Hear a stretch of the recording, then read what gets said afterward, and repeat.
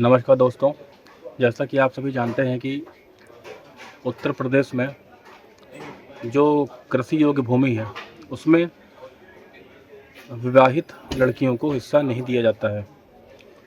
जो अभी तक का नियम है, वो ये है कि अगर कोई भूमि कृषि योग्य है, तो ऐसी भूमि में अगर उसका मालिक ख़त्म हो गया, उसके मालिक की डेथ हो गई है, तो उसकी जो विधवा होगी, उसको हिस्सा मिलेगा, उसके बच्चे को हिस्सा मिलेगा और उसकी अविवाहित पुत्री, मतलब जिस पुत्री का विवाह ना हुआ हो, उसको हिस्सा मिलेगा।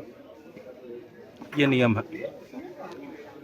लेकिन अब उत्तर प्रदेश की सरकार इसमें कुछ चेंज करने जा रही है।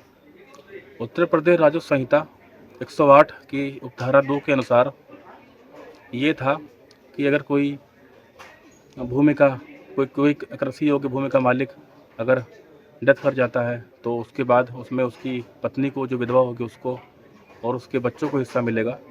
लेकिन अगर उसकी कोई लड़की है और उसकी शादी हो गई है, तो उसको हिस्सा नहीं मिलेगा। ऐसा प्रावधान है।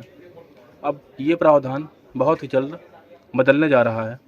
राजस्व डिपार्टमेंट ने एक प्रस्ताव बना करके शासन को भेज दिया है। उसके तहत अब नया नियम ये बनेगा कि अगर किसी भी भूमिधर, किसी भी कृषि योग्य भूमि के मालिक की अगर डेथ होती है, तो उसमें विवाहित पुत्री को भी हिस्सा मिलेगा। जी हाँ, एक बार फिर से सुन लीजिए। अगर कोई कृषि योग्य भूमि का मालिक डेथ कर जाए, तो उसके मरने के बाद उसकी विवाहित पुत्री को भी हिस्सा मिलेगा, जो कि अब तक नहीं मिलता था उत्तर प्रदेश में।